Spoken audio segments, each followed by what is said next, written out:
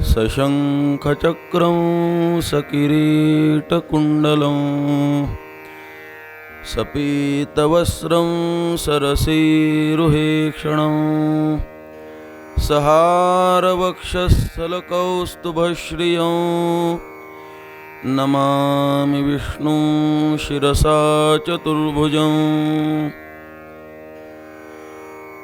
यदक्षरमनाख्येयमानन्दमजकेवलं श्रीमन्निवृत्तिनाथेति ख्यातमदैवतमाश्रयेत्।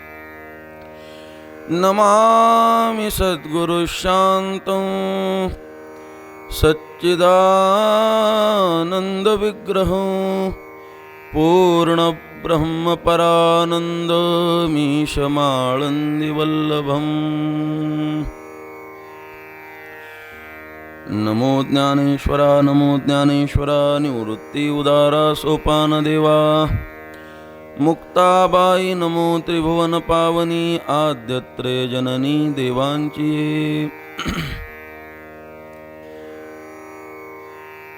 तुका भासला मानवी वेशधारी परिहा लीळा विग्रही निर्विकारी स्वये श्रीहरी व्यापको सर्वजीवा तुका तोचितो हा परब्रह्म ठेवा। पुंडलीक वरदा हरी विठ्ठल श्री ज्ञानदेव तुकाराम देवद्विज गुरुप्राज्ञो शवपूजनं शौचमार्जवं ब्रह्मचर्यमहिंसा च शारीरन्तप उच्यते।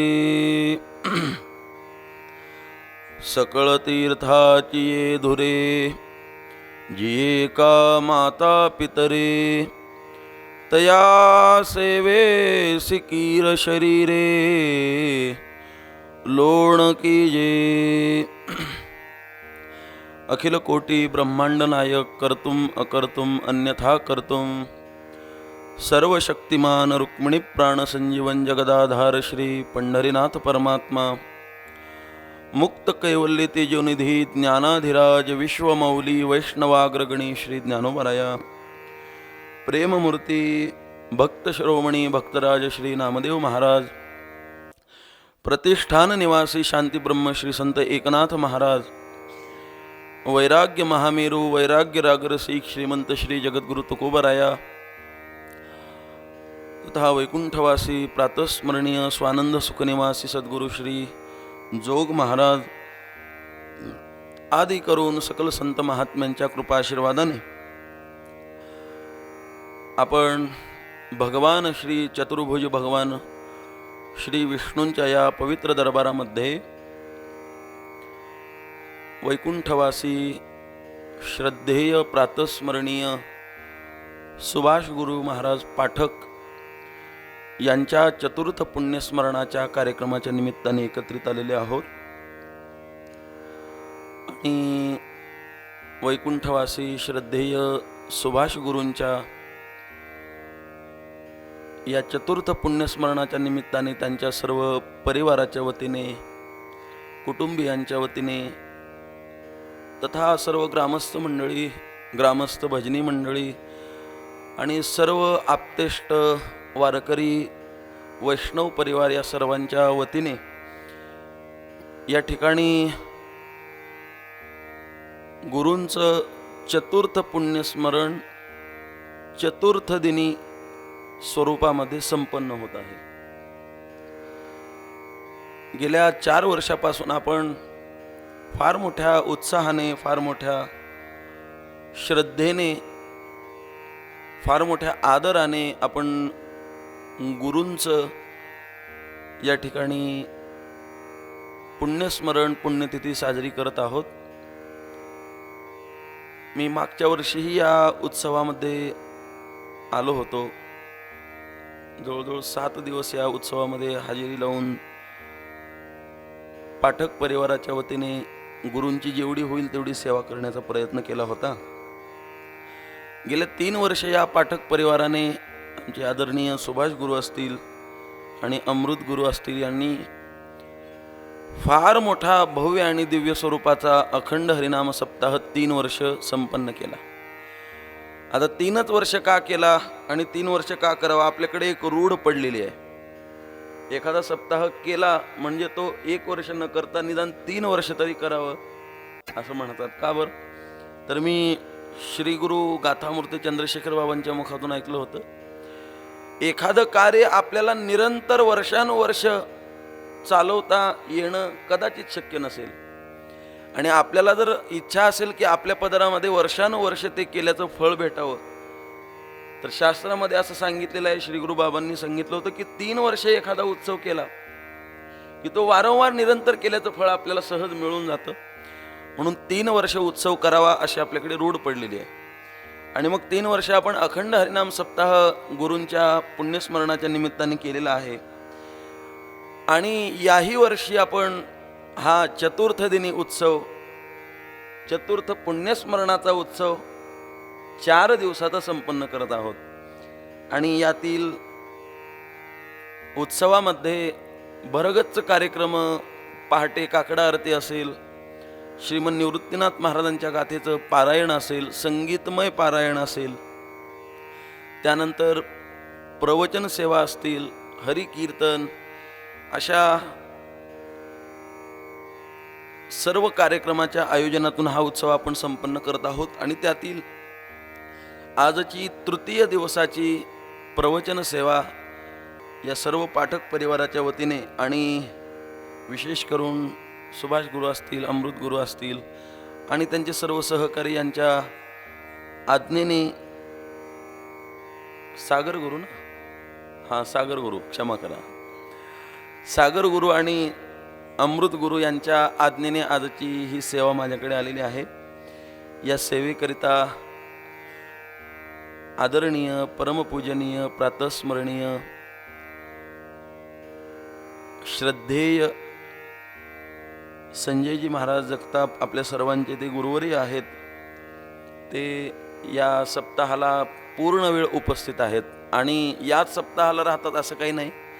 या अंदरसूल गावावरती त्यांचं एवढं नितांत प्रेम आहे, जेवढे म्हणून काही उत्सव या अंदरसूलमध्ये संपन्न होतात, त्या उत्सवाला संपूर्ण वेळ आमचे आदरणीय संजय बाबा उपस्थित राहतात. आणि अंदरसूलकरांचंही त्यांच्यावरती तेवढंच नितांत प्रेम आहे. आणि त्यातल्या त्यात सुभाष गुरूंचं आणि संजय बाबांचं गुरुबंधूंचं नातं आहे. फार जिव्हाळ्याचा, फार जवळचा असणारा या दोघांचा संबंध होता. जसा एखादा राजहंसाचा जोडा असतो त्याप्रमाणे आदरणीय संजय बाबा आणि वैकुंठवासी प्रातस्मरणीय सुभाष गुरु महाराज या दोघांचा फार मैत्रीचा, जिव्हाळ्याचा संबंध होता. आणि म्हणून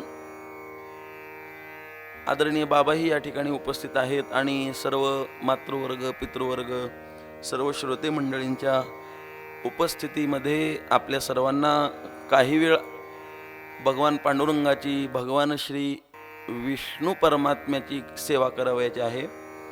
तुम्ही म्हणाल पांडुरंग आणि विष्णू परमात्मा काही वेगळा नाही, कारण विष्णू परमात्म्याचेच अवतार सांगितलेले 10, त्यातीलच एक पांडुरंगाचाही अवतार आहे ना.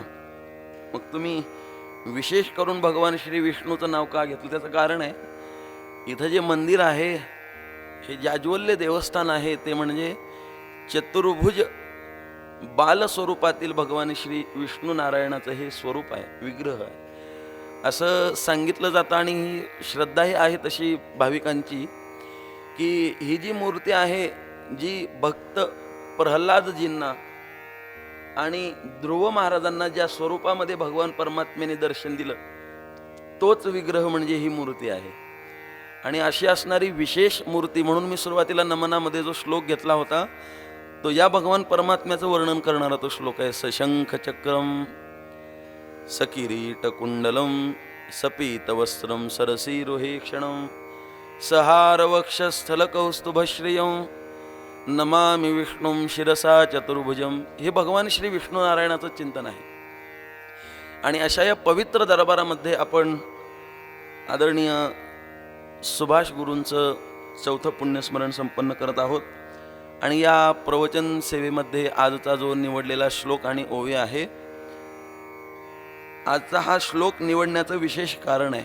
हा श्लोक आहे, देवद्विज गुरु प्राज्ञम पूजनम शौचमार्जवम ब्रह्मचर्यमहिंसा च शारीनंतप उच्यते. हा श्लोक का निवडला त्याचं कारण आहे या श्लोकामध्ये आणि आपल्या कार्यक्रमामध्ये काहीशी साम्यता दर्शून आली मला. म्हणून या श्लोकामध्ये 4 लोकांची सेवा करण्याची भगवान परमात्म्याने आपल्याला आज्ञा केलेली आहे आणि मानवी शरीराला आल्यानंतर ते सर्वोत्कृष्ट शारीरिक तप सांगितलेलं आहे भगवान श्रीकृष्ण परमात्म्याने. मग या 4 जणांमध्ये देव, द्विज, गुरु आणि प्राज्ञ, तर या दोन्हीमध्ये मला साम्य दर्शून आलं या श्लोकामध्ये. एक म्हणजे गुरु. आपल्या या नाशिक भागामध्ये द्विजांना, ब्राह्मणांना गुरु म्हणतात. यामध्ये शब्द द्विज ही शब्द आहे आणि गुरु ही शब्द आहे. आता खऱ्या अर्थानं गुरु हा अर्थ श्री गुरूंकडे लावायचा आहे आणि द्विज म्हणजे ब्राह्मण. खऱ्या अर्थानं ब्राह्मणांना विशेष महत्व आहे. भगवान श्री ज्ञानोबराय सांगतात, तपो तेजाची या मूर्ती किंवा तपोवतार सावयव. ब्राह्मण म्हणजे तपाचे मूर्तिमंत अवतार असतात असं ज्ञानोबरायांचं सांगणं आहे.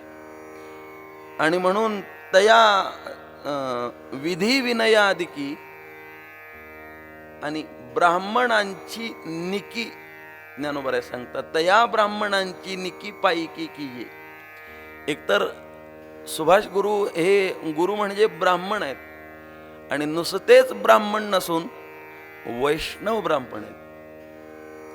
आपल्या वारकरी संप्रदायामध्ये अनेक वैष्णव ब्राह्मण घराणे आहेत. ब्राह्मण तर अनेक आहेत, ब्राह्मणांचे घराणे अनेक सांगितलेले आहेत, पण त्यातल्या त्यात वैष्णव ब्राह्मणांचे घराणे फार विशेष आहेत. आपल्या महाराष्ट्रामध्ये आणि वारकरी संप्रदायामध्ये सर्वात पवित्र, सर्वात श्रेष्ठ मानलं जाणारं वैष्णव ब्राह्मण घराणं ते म्हणजे देगलूरकर. आदरणीय श्रद्धेय गाथामूर्ती चंद्रशेखरजी बाबा असतील, चैतन्य महाराज असतील आणि त्यांचा सर्व देगलूरकर हे वैष्णव ब्राह्मण. मग त्यानंतर आपल्या नगर भागामध्ये आदरणीय प्रज्ञाचक्षु श्रद्धेय वेदशास्त्र संपन्न मुकुंद काका जाट देवळेकर हेही वैष्णव ब्राह्मण. आमच्या लातूर भागामध्ये उदगीर तालुक्यामध्ये पाळा नावाचं गाव आहे. पाळा, तिथे पाळेकर घराणं आहे. ते शक्तीची उपासना करतात, पण विशेषतः वैष्णव आहेत. गळ्यामध्ये तुळशीची माळ आहे. त्यानंतर लोहा तालुक्यामध्ये बनवस नावाचं गाव आहे. बनवस, पंढरपूरला बनवसकरांचं मोठं घराणं आहे, मठ आहे त्यांचा, तेही वैष्णव ब्राह्मण आहेत. असे अनेक घराणे आहेत आणि त्यामध्ये विशेष करून एक घराणं म्हणजे आपल्या नाशिक भागातील वैकुंठवासी प्रातस्मरणीय सुभाष गुरूंचं. ब्राह्मणांना तर शास्त्रामध्ये विशेष महत्व आहेच. आपलं कोणतंही कार्य सिद्धीला जात असताना ते कार्य योग्य प्रकारे पार पडावं याच्याकरता देवा ब्राह्मणांच्या साक्षीने कार्य व्हायला पाहिजे असा शास्त्राचा आदेश आहे आपल्याला. ब्राह्मण तर श्रेष्ठ आहेतच आहेत, परंतु त्यातल्या त्यात वैष्णव ब्राह्मणांना विशेष महत्व आहे. आणि असं असणारं हे वैष्णव ब्राह्मण घराणं आणि अशा पवित्र स्मृतीच्या, पवित्र महात्म्यांच्या, महापुरुषांच्या पुण्यस्मरणाच्या उत्सवाच्या निमित्ताने आपण हा उत्सव संपन्न करत आहोत. आणि यामध्ये विशेष करून चिंतन आला असल्यामुळं हा एक श्लोक निवडला. आणि विशेष आणखी एक महत्त्वाचं कारण आहे, यातच 4था नंबर सांगितला प्राज्ञपूजन. प्राज्ञ म्हणजे मातृपितृ, माता आणि पिता यांचं पूजन करावं, यांची सेवा करावी असा शास्त्राचा आदेश आहे. आणि तेच भगवान बोलतात. त्यामध्ये ज्ञानोबाराय बोलतात, सकळ तीर्थाची धुरे ये का माता पितरे तया सेवे सिकीर शरीरे लोणकी.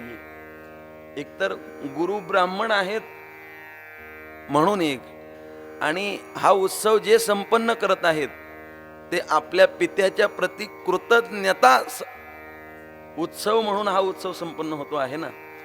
आणि म्हणून आदरणीय सागर गुरु आणि आदरणीय अमृत गुरु आपल्या आणि त्यांचा सर्व परिवार आपल्या पितृचरणांच्या प्रती एक कृतज्ञता म्हणून हा उत्सव संपन्न करत आहे. तर माता पित्यांचंही काहीतरी चिंतन व्हावं याही उद्देशानं आज हा श्लोक निवडलेला आहे आणि ही ओवी निवडलेली आहे.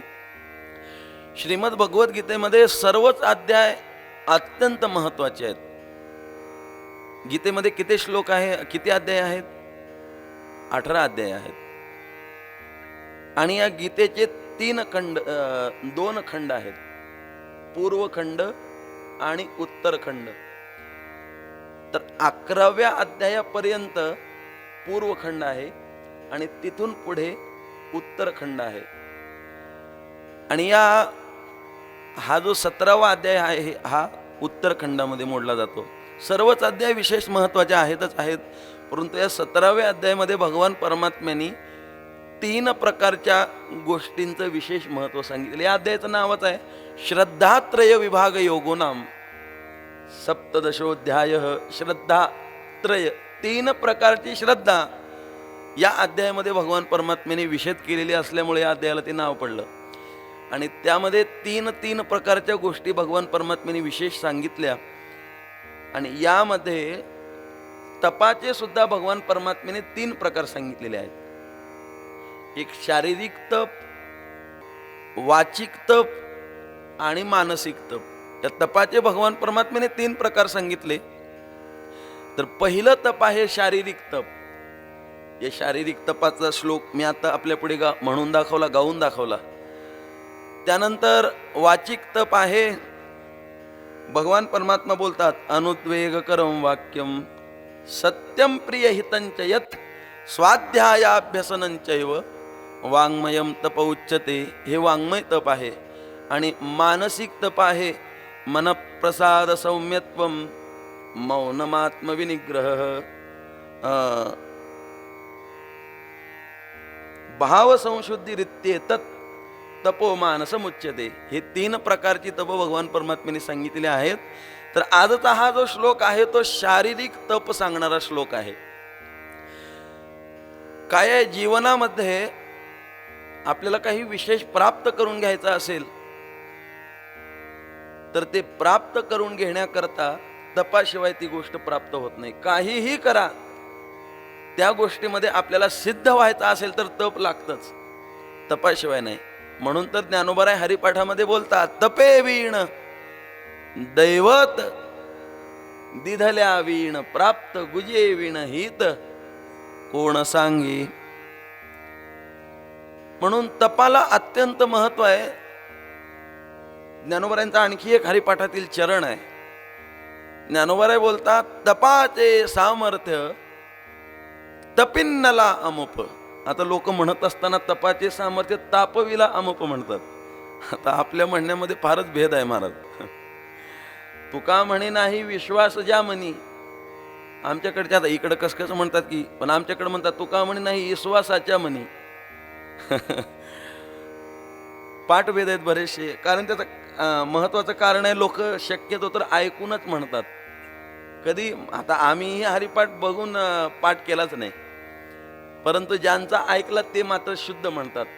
आळंदीला संस्थेमध्ये असताना किंवा काही काळ आळंदीला राहिला असताना ज्यांचा हरिपाठ श्रवण केला, आमच्या जोग महाराजांच्या सप्ताहामध्ये श्री गुरु मोठे मौली, श्री गुरु शिंदे मौली हे विणा घेऊन हरिपाठाचा विणा मोठे मौलींनी, शिंदे मौलींनी कितीतरी वेळा घेतला महाराज हरिपाठामध्ये. आणि मग या महात्म्यांचं बोलणं, या महात्म्यांचे शब्द म्हणजे शुद्ध पाठ, अजिबात भेद नाही. तुम्ही आजही जर फडावरती आलात, फडावरती रहस्व दीर्घ याला एवढं महत्व आहे, जरा सुद्धा चुकायला भाग नाही. आता लोक रहस्व दीर्घ मध्ये सुद्धा एवढ्या चुका करतात. रामकृष्ण हरी कसं लिहावं बऱ्याच महाराज लोकांना जे माहित नाही. महाराज हरीला पहिली वेलांटी द्यावी का दुसरी वेलांटी द्यावी, आता फार अवघड आहे. परंतु आमचे संस्थेचे सर्व गुरुवर्य असतील आणि वैकुंठवासी प्रातस्मरणीय भजनमूर्ती भजन भीष्म बोधे बाबा असतील, यांचं जे काही भजन श्रवण केलं, गाथा म्हणजेच बाबा आणि बाबा म्हणजेच गाथा, वेगळं काहीच नाही. मूर्तिमंत गाथा असणारे हे सर्व लोक असल्यामुळे यांच्या पाठामध्ये भेद नाही, अजिबात भेद नाही. एक वेळी फडावरती मी प्रमाण म्हणत असताना पांडुरंगा करू प्रथम नमन, दुसरे चरण संतांची असं म्हणाल होतो न कळतपणे. परंतु आमच्या माऊलींनी सांगितलं की चरण नाही, दुसरे चरणा संतांची या, चरणा म्हणायचं. आणि पुन्हा त्यांच्या कृपादाने कथेचा विस्तारू, बाबाजी सद्गुरुदास तू का, असं झालं होतं जरा. तसं नाही, बाबाजी सद्गुरुदास तुका, रस आलं पाहिजे, दीर्घ नाही झाला पाहिजे. शब्दामध्ये जर भेद केला, आपण शब्द म्हणत असताना जर चूक केली, आणि त्यातल्या त्यात मराठी भाषेचा तर विशेष आहे म्हणत. मराठी भाषा बोलत असताना फारच सांभाळून बोलली पाहिजे, नाहीतर अर्थ कुठल्या कुठं लागेल काहीच सांगता येत नाही. ते जुन्या काळातील कीर्तनकार फार गोड दृष्टांत द्यायचे त्याकरता. एकदा मुलगी पाहण्याकरता काही लोक निघाले. मग जुन्या काळातील गोष्ट आहे, एक 5-7 बैलगाड्या जुंपल्या, बैलगाड्या सजवल्या, आणि बैलगाड्या सजवून ते लोक मुलगी पाहायला निघाले. आणि मग ज्या गावामध्ये ते ठिकाण होतं त्या ठिकाणी आले. मोठं अंगण होतं, अंगणाच्या पुढे जागा होती, तिथं सर्वांनी बैलगाड्या सोडल्या. आणि त्या घराच्या अंगणामध्ये एक म्हातारा वयोवृद्ध व्यक्ती बाज घालून बसलेला होता. बाज म्हणजे चौपाई असते ना, बाजच म्हणतात इकडे, बाज. तर ती बाज घालून म्हातारा बसला होता. त्यांनी पाहिलं हे बैलगाड्यातून उतरले हे सर्व, आता अगदी स्टारचे कपडे घालून, कडक कपडे घालून, आता मुलगी पाहायला आलेली मुलाकडचे लोक. आणि मग मुलाकडचे असल्यामुळे जरा वजन जास्तच होतं, वजन. आणि मग ते असे आलेले, त्यांनी पाहिलं त्या म्हाताऱ्याने. पण काय असतं, म्हातारी माणसं बोलायला फार कठीण माणूस, कधी काय बोलतील म्हातारी माणसं काही सांगता येत नाही. आमचे प्रेममूर्ती महेश बाबा विनोदानं म्हणत असतात, म्हातारा कोणाला म्हणायचं, ज्याच्या अंगी महातरा, ज्याच्या अंगी महातरा म्हातारा. आणि मग तो म्हातारा होता, ते सर्व लोक आले. आता वयोवृद्ध व्यक्ती दिसते म्हणून नमस्कार केला, रामकृष्ण हरी, राम जे काय असेल ते केलं. आणि मग त्या म्हातारीने राम केला. आणि पण म्हातारा गप्प बसला नाही. तो म्हातारा म्हणतो, तुम्ही सारे बैल गाडीतून आलात. मी भाषेतला शब्दातला भेद सांगतोय, बोलत असताना जरा जर चूक झाली तर काय अर्थ होतो. तो म्हातारा म्हणतो त्यांना, अगोदरच मुलाकडची, आणि ते आलेले त्या मुलाकडच्यांना म्हणतो, तुम्ही सारे बैल गाडीतून आलात. अरे बापरे, राग आला महाराज. हे म्हणले आम्ही मुलाकडचे, मुली पूर्वीचा काळ आहे, पूर्वीच्या काळामध्ये मुलाकडच्याला जरा जास्त महत्व होतं त्यावेळेस. पण आता मुलाकडच्याला तेवढं महत्व राहिलं नाही, आता मुलीकडच्याला विशेष महत्व आलेलं आहे. आणि मग त्यांना राग आला. ते म्हणले काय बघाय, ते म्हणले इथली मुलगी, ह्यांच्या घरचेच माणसं असे बोलतात तर मुलगी कशी असेल. अनुमान प्रमाण घराची कळा अंगण सांगत असते ना. नाही म्हणले करायचे आपल्याला मुलगी, चला. पण तो मुलीचा बापाने पाहिलं, ते लोक निघालेले. त्याला वाटलं अगोदरच मुलीचं लग्न जमत नव्हतं आणि हे कसे करून सोयरे आलेले आहेत, पण आता तसेच जाता कामा नाही. म्हणून त्याने थांबवलं. काय झालं, का बरं एवढे रागावलात, कशामुळे चाललात. त्यावेळेस सांगितलं की तुमचे वडील आम्हाला बैल म्हणतात, आमचा अपमान केला त्याने, आम्ही थांबणार कसं, इथं चाललो म्हणले. ते म्हणले मग आता तो मुलीचा बाप होता, तो रागावला वडिलांवरती. का हो बाबा, तुम्ही यांना बैल म्हणाले, असं कसं बोललात तुम्ही, अपमान करावं का पाहुण्यांचा, आलेल्या अतिथीचा अपमान, पाहुण्यांचा अपमान कसा काय केला तुम्ही. त्यावेळी तुम्हाला म्हणलं काय माणसं आहेत, म्हणले मी कशाला अपमान करू त्यांचा, मी कुठं त्यांना बैल म्हणालो, मी तुम्हाला बैल म्हणालो. ते म्हणले हो बैल म्हणालात, कसं. त्यावेळी सांगितलं मी यांना बैल म्हणालोच नाही. मग तो मुलीचा बाप मला काय म्हणालात तुम्ही. मी म्हणालो तुम्ही सारे बैलगाडीतून आलात, तुम्ही सारे बैलगाडीतून आलात. आता हे बरोबर नाही का, बरोबर आहे ना. फक्त म्हाताऱ्यानं चूक कुठं केली, खोड कुठं केली, रहस्व ज्याला अर्धविराम म्हणतात ना, क्वामा, अर्धविराम देत असताना बदल केला. अगोदर अर्धविराम दिला कुठं, तुम्ही सारे बैल, अर्धविराम, गाडीतून आलात, अर्थ बदलला. आणि पुन्हा कसं म्हणतो, तुम्ही सारे अर्धविराम, बैलगाडीतून आलात, असं. म्हणजे शब्दामध्ये हा साधा गावंढळ दृष्टांत समजा, पण इतिहासामध्ये सुद्धा अशा काही गोष्टी आहेत. शब्दाचा भेद बघा कसा होतो. नल दमयंतीच्या जीवनातील प्रसंग आहे. दमयंतीने मनोमन नलराजाला वरलं होतं, मी लग्न करेन तर नलराजाशीच लग्न करेन, अन्यथा दुसऱ्या कोणाशी मी लग्न करणार नाही. दमयंतीचं ठरलं होतं. मनोमन तिने नलराजाला वरलं होतं. पण तिच्या वडिलांना ते मान्य नव्हतं. त्यांनी दुसऱ्या कोणासोबत तरी लग्न करायचं ठरवलं आणि मग दमयंतीने दुखणं काढून घेतलं नल राजा करता. आणि मग आता राजाची मुलगी होती, बरेच स्थळ आता तब्येत बिघडली म्हटल्यानंतर बरेच वैद्य बोलवले, डॉक्टर बोलवले आणि दमयंतीच्या तब्येतीकरता मग डॉक्टरांना बोलवून वैद्यांना बोलवून विचारपूस केली. आणि मग डॉक्टरांनी काय झालंय, ज्वर आलेला आहे, ताप आलेली आहे, सर्दी झालेली आहे, काय झालंय बघून औषध गोळ्या दिल्या. मग 4 दिवसानंतर ताप कमी झाला पाहिजे ना औषध गोळ्या घेतल्यानंतर, पण ताप पुन्हा वाढायचा. त्यावेळी त्या दमयंतीची आई बोलते तिला, का ग, खरं तर औषध घेतल्यानंतर ज्वर कमी झाला पाहिजे, पण तुझा ज्वर कमी न होता वाढतो कसा? बरं. त्यावेळी दमयंतीने फार गोड बोललेलं आहे. दमयंती बोलते, आई औषध नलगे मजला. इकडं लक्ष द्या. आई औषध नलगे मजला, पण आई औषध नल गे मजला. दमयंती बोलते, आई औषध नलगे, मला औषध लागत नाही. अगोदर बोलते आई औषध नलगे मजला, पण पुन्हा कशी बोलते, आई औषध नल इथं अर्धविराम गे मजला. गे आई, माझं औषध नल राजा हेच माझं औषध आहे. मराठी भाषेतला मी तुम्हाला भेद सांगत होतो की जराशीही चूक घडली शब्दाचा अर्थ करत असताना, की मात्र शब्दामध्ये बोलत असताना चूक केली की भेद होत असतो, अर्थ बदलून जातो पूर्णच्या पूर्ण. आणि म्हणून आपण म्हणत असताना आपल्या बोलण्याकडे आपण म्हणत असताना तेवढा अर्थाकडे लक्ष देत नाही आणि अर्थदृष्टी नसते ही सर्वसामान्य लोकांना. आणि मग ती लोक द्यावं तेवढं महत्त्व अर्थदृष्टीला देत नाहीत आणि शब्द जसे उच्चारावे वाटतील त्या प्रकारे शब्द उच्चारत असतात. परंतु शास्त्रामध्ये अर्थ, संस्कृत भाषा आणि मराठी भाषा, अर्थ आपण बोलत असताना जरासाही भेद झाला की मात्र अर्थ बदलत असतो. आणि म्हणून आपण हा श्लोक जो निवडला, जी ओवी निवडली, त्यातून संदर्भ एवढाच सांगायचा आहे की आपण ज्या ज्या वेळी सेवा करत असतो, ज्या ज्या वेळी भगवान परमात्म्याची वाङ्मयीन सेवा करत असतो, भगवान परमात्म्याची कोणतीही सेवा करत असताना त्या सेवेमध्ये आपलं पूर्ण लक्ष असलं पाहिजे. भगवान परमात्म्याने जी काही तप सांगितली त्यात ही 3 तप अत्यंत महत्त्वाची आहेत. शारीरिक तप, वाचिक तप आणि मानसिक तप फार महत्त्वाची तप आहेत.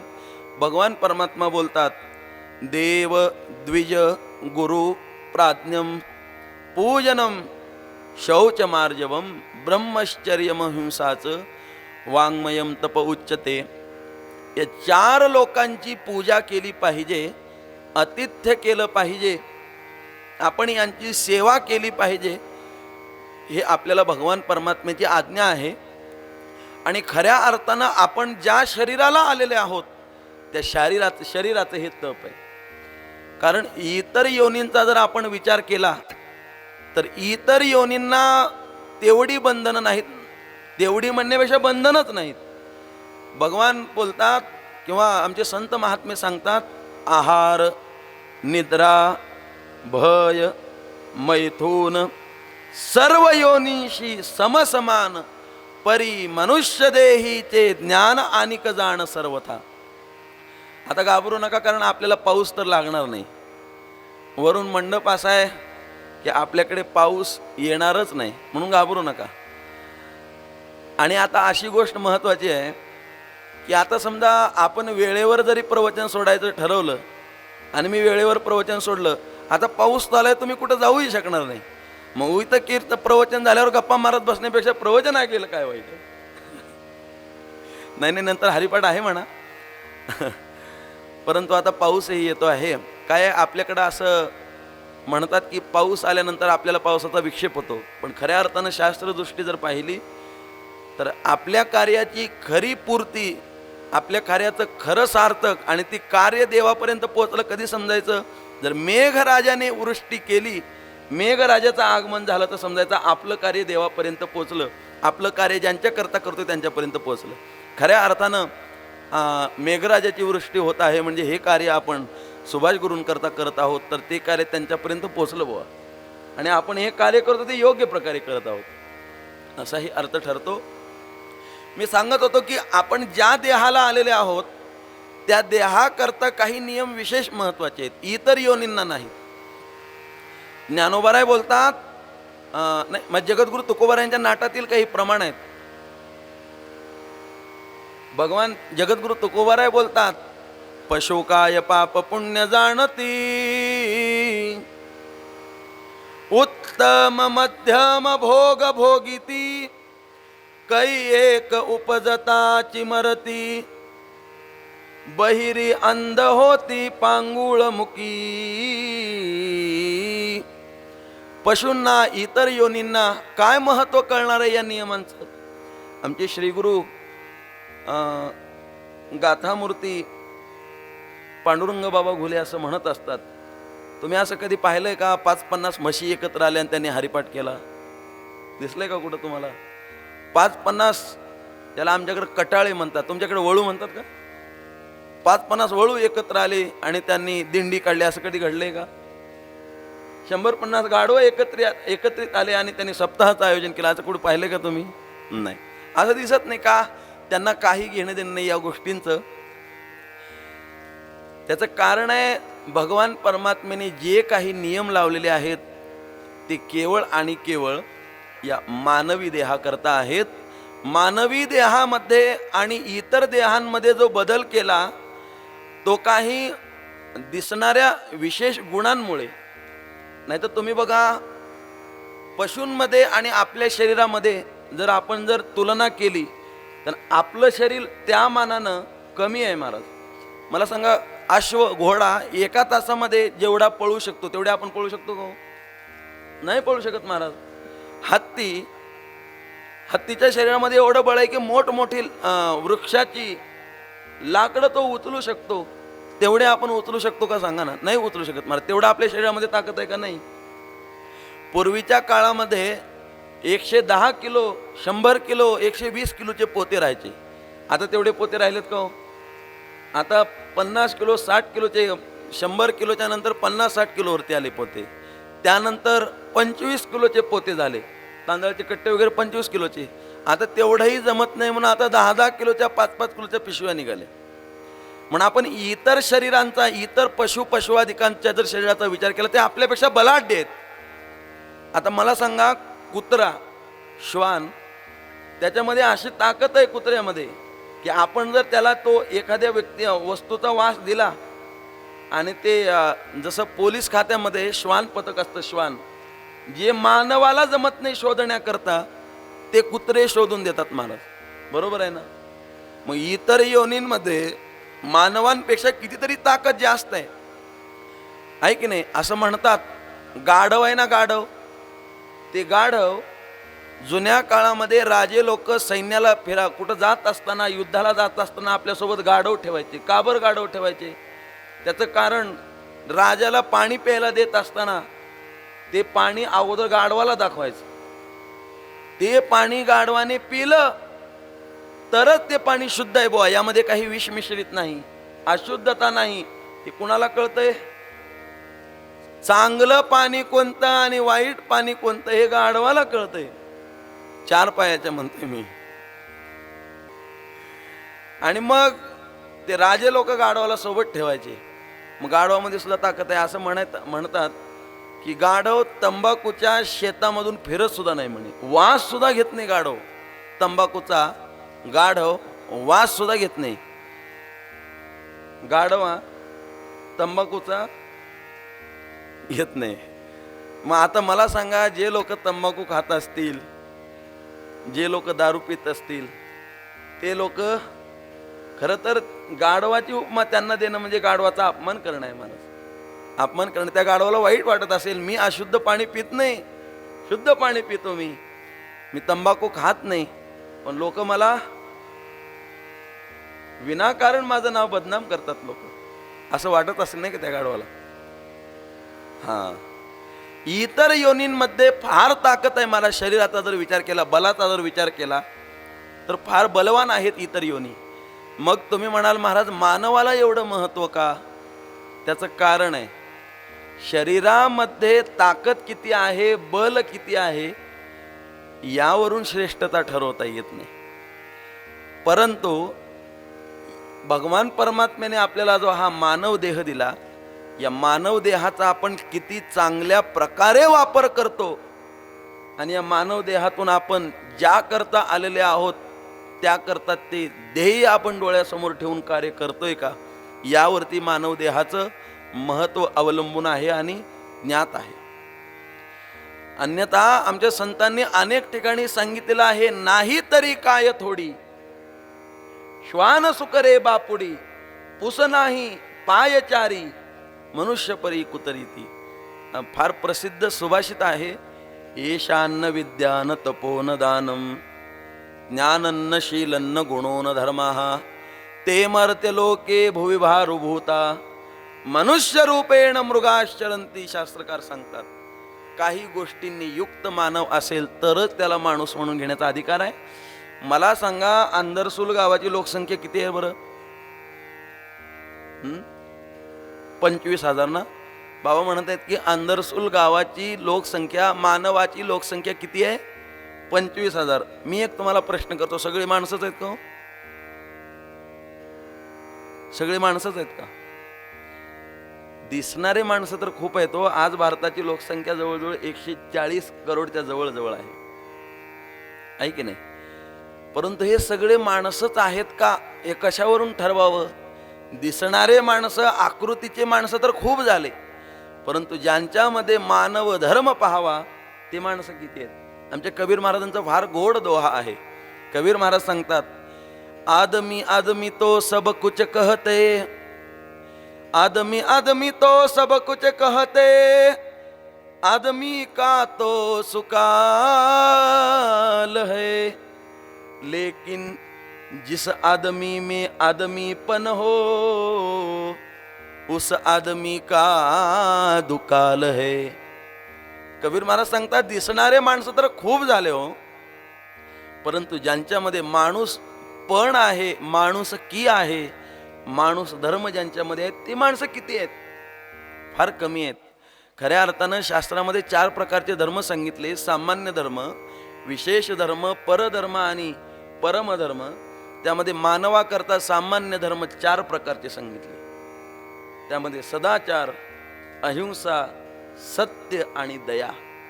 मानवाचा सगळ्यात विशेष धर्म कोणता असेल तर दया हा मानवाचा विशेष धर्म आहे महाराज. परंतु सध्या काळाला मानव आपला सगळ्यात मोठा धर्मच विसरून चाललेला आहे. कोणता? दया. माणसामध्ये दयाच राहिली नाही. फक्त सध्या घडीला माणसाने एकच ध्येय डोळ्यासमोर ठेवलेलं. कोणतं? पैसा मेरा परमेश्वर, पत्नी मेरी गुरु, बाल बच्चे परमेश्वर, सेवा किसकी करू. विनोदी आहे, परंतु ध्येय एकच आहे, पैसा कमवणे. त्याच्या पुढे माणसाने सर्व दया हा धर्म विसरून ठेवलेला आहे.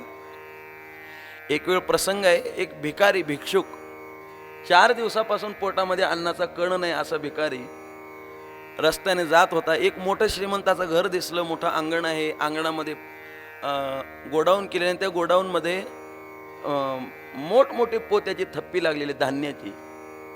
आणि असं सर्व श्रीमंताचं घर पाहिलं, त्याला वाटलं इथं काहीतरी आपल्याला मिळेल, म्हणून त्या व्यक्तीने त्या घराच्या समोर जाऊन उभा राहिला. त्याने पाहिलं की घराचा मालक आपल्या गेटच्याकडे पाठ करून आणि घराकडे तोंड करून पेपर वाचत बसला होता सकाळच्या वेळेला. त्या गरीब भिकाऱ्याने हाक मारली, मालक 4 दिवस झालं पोटामध्ये अन्नाचा कण नाही, काही कोर कुटका मिळेल तर द्या ना. त्या भिकाऱ्याने हाक मारली, परंतु मालकाला ऐकायला येत होतं, परंतु मालकाने दुर्लक्ष केलं. मग त्याने पुन्हा जोरात हाक मारली, मालक अहो 4 दिवस झालं पोटामध्ये अन्नाचा कण नाही, काही कोरकुटका मिळेल तर द्या ना. त्याने पुन्हा दुर्लक्ष केलं. त्याने 3ऱ्या वेळी पुन्हा आणखी जोरात हाक मारली. पण आता त्या मालकाच्या लक्षात आलं की हे गिराईक आता तसं जात नाही, म्हणून त्यानं पुन्हा मागं अशी मान फिरून पाहिलं आणि फिरवून तो मालक म्हणतो, बाबा दिला असतं रे, पण घरामध्ये कुणी माणूस नाही. काय म्हणतो तो? घरामध्ये कोणी, बोला बोला, घरामध्ये कोणी माणूस नाही. कोण म्हणतो? तो घराचा मालक. त्या भिकाऱ्याला वाईट वाटलं. मी म्हणतो की 4 दिवसापासून उपवाशी, काही कोरकुटका असेल तर द्या. आणि हा मालक काय म्हणतो? घराचा, घरामध्ये कोणी मालक नाही. आणि त्या भिकाऱ्याचं फार गोड वाक्य आहे. तो भिकारी म्हणतो की मी म्हणतोय कोरकुटका द्या आणि तुम्ही म्हणताय घरामध्ये कोणी माणूस नाही. पण तो भिकारी म्हणतो, मी म्हणतो की एक 5 मिनिटाकरता तुम्हीच माणूस व्हा ना. एक 2-5 मिनिटाकरता तुम्हीच माणूस व्हा ना. तो माणूस नव्हता का? माणूसच होता, पण दिसायचा माणूस होता. अंतःकरणामध्ये दया नव्हती. मला हे सांगायचं यातून एकच की परी मनुष्य देहीचे ज्ञान आणिक जाण सर्वथा. मानवी देहाचं विशेष महत्व आहे, जे शास्त्रामध्ये, ग्रंथांमध्ये संतांनी विशेष महत्व मानव देहाचं सांगितलं. आणि या मानवी देहाकरता जे काही तप सांगितलेले आहेत, ते तप भगवान श्रीकृष्ण परमात्म्यांनी 17व्या अध्यायाच्या या श्लोकामध्ये सांगितलं. देवपूजनम, द्विजपूजनम, गुरुपूजनम, प्राज्ञपूजनम, या 4 जणांचं पूजन करण्याकरता भगवान परमात्म्याने आपल्याला आदेश दिलेला आहे. पहिलं सांगितलं देवपूजन केलं पाहिजे. आपण भगवान परमात्म्याची सेवा केली पाहिजे, असं भगवान परमात्म्याचं सांगणं आहे. स्वतः भगवानच सांगतात की आपण देवाची सेवा केली पाहिजे, देवाची पूजा केली पाहिजे. हा आदेश आहे, नाही का? मग कशी कशी सेवा करावी त्याकरता फार प्रसिद्ध अभंग आहे महाराज. आपल्याकडून इतर कोणती सेवा नाही झाली तरी चालेल, परंतु या शरीराने, या वाचेने घेई घेई गोड नाम विठोबाचे, आहे की नाही? मना तेथे राहे विठोबाचे पायी, डोळे तुम्ही घ्या रे सुख, पहा विठोबाचे मुख, आहे की नाही? किंवा आणखी एक चरण आहे तुकोबारायांचं की वाहे रंगी टाळी, नाचेन उदास, हे देई हातास पाया सुख. भगवंताच्या रंगी, भजन रंगी टाळी वाहे, हे हाता सुख. आणि वारी करण्याकरता भगवान परमात्म्याची वारी करणं हे पायाचं सुख सांगितलं, नाही का? माझे भगवान ज्ञानोबा या श्लोकाच्या पहिल्याच ओळीमध्ये बोलतात की तया प्रिय देवता लया यात्रादिके करावया, आठही पहार पाया ओळीग घापे. आपण ज्या देवतेची सेवा करण्याकरता, ज्या देवतेला आराध्य मानतो, त्या देवतेची सेवा कशी करावी? ज्ञानोबाराय बोलतात की तया प्रिय देवतालया. आपण ज्या देवाला प्रिय मानतो, श्रद्धा आहे आपल्या ज्या भगवंतावरती आपली, त्या देवाची सेवा करण्याकरता ज्ञानोबाराय बोलतात आठही पहार पाया ओळीग घापे. जसं चंदन उगाळल्या जातं ना, तसं आपण भगवान परमात्म्याची यात्रा करण्याकरता आपले पाय उगाळले पाहिजेत. ओळीग घापे, नाही का? आता ही जर ओवी जर कुठं खऱ्या अर्थानं लागू पडत असेल तर ती माझ्या ज्ञानोबारायांच्या सोहळ्यामध्ये, पालखी सोहळ्यामध्ये. आपण ज्ञानोबारायांच्या पालखी सोहळ्याला बहुतांशी लोक आलेले असाल आणि ज्ञानोबारायांचा पालखी सोहळा आपण पाहिलेला आहे. तुम्ही ज्ञानोबारायांच्या पालखी सोहळ्यामध्ये बघा, रात्रीच्या 12 वाजता सुद्धा ज्ञानोबारायांचा रस्ता बंद नसतो महाराज. लोक चालतच असतात. दिवसभर रात्रभर ज्ञानोबारायांचा तो रस्ता चालत असतो. म्हणजे आमचे वारकरी आठही पहार भगवान परमात्म्याच्या वारी करता पायाला उगाळत असतात. वा, इतर ठिकाणी कुठेही ते पाहायला भेटणार नाही आपल्याला. आता खरं तर त्याचा अर्थ फार वेगळा आहे. वारीमध्ये एवढी गर्दी असते आणि सध्या काळाला तर एवढ्या दिंड्या झाल्या की दिंड्यांची एवढी गर्दी झाली की त्यांना सोहळ्यासोबत चालताच येत नाही. आणि मग चालता येत नाही, गर्दीमध्ये भजन होत नाही. म्हणून ज्यांना ज्यांना जसा चांगला सोयीचा वेळ भेटेल त्या वेळेमध्ये लोक चालतात महाराज. परंतु त्यातही जसं इथं भगवंत ज्ञानोबाराय बोलतात की 8ही पहार पाया ओळीग गापे एक. आणि हे जरी तुम्हाला वाटत नसेल योग्य, तर आणखी एक सांगतो तुम्हाला. आजही आमच्या पंढरीचे, आळंदीचे वारकरी असे बरेच वारकरी आहेत ज्यांना एक ज्ञानोबारायचं प्रमाण खऱ्या अर्थानं सार्थ ठरतं. कोणतं? की ज्ञानोबाराय बोलतात, काया वाचा मने जीवे सर्वस्वी उदार, बाप रखुमा देवीवरू विठ्ठलाचा वारी कर. जो खऱ्या अर्थानं वारी करतो त्यालाच वारकरी म्हणून घेण्याचा अधिकार आहे. आणि आज असे आमचे कित्येक वारकरी आहेत महाराज, जे अमावस्या झाली की शुद्ध प्रतिपदेला पंढरपूरला चालत येतात. आळंदीहून पंढरपूरला शुद्ध प्रतिपदेला चालायला सुरुवात करायची. नवमीच्या दिवशी पंढरपूरला यायचं, दशमीचं स्नान करायचं, दशमीपासून ते पौर्णिमेपर्यंत पंढरपूरमध्ये वास्तव्य करायचं. आणि मग पौर्णिमा झाली की वद्य प्रतिपदेला पुन्हा पंढरपूरवरून आळंदीला चालत यायचं. हे किती दिवस, किती वर्ष? आजीवनभर हेच, ज्यांना वारी सोडून दुसरं काहीच माहिती नाही. आता खरं तर त्यांनाच वारकरी म्हणून घेण्याचा खरा अधिकार आहे मला. आता आपल्याही गळ्यामध्ये माळा आहेत, आपणही स्वतःला वारकरी म्हणतो, कपाळाला गंध लावतो, बुक्का लावतो, पण म्हणावं तेवढा आपल्याला अधिकार नाही त्या वारकऱ्यांना जेवढा आहे. आता तुम्ही म्हणाल मला आम्हाला कसं शक्य आहे, त्या वारकऱ्यांचं काही नाही, त्यांना मागेही काही कुणी नाही, पुढेही कुणी नाही, आम्हाला घर आहे, दार आहे, सगळं संसार आहे, आम्हाला तेवढी कशी काय सेवा व्हायची? होणारही नाही. परंतु शास्त्रामध्ये सांगितलेलं आहे किंवा आमचे संत सांगतात, नाही 12 वाऱ्या होत ना तुम्हाला पायी, तर 12 वाऱ्या नाही होत असतील तर 4 वाऱ्या पायी करा. आषाढी, कार्तिकी, माघी, चैत्री या 4 वाऱ्या करा. पण नाही 4 वाऱ्या घडत, निदान 2 तरी करा.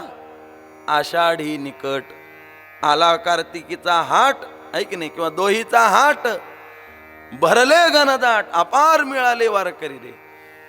परंतु एकच सांगायचं आहे की आमच्या वारकरी संप्रदायामध्ये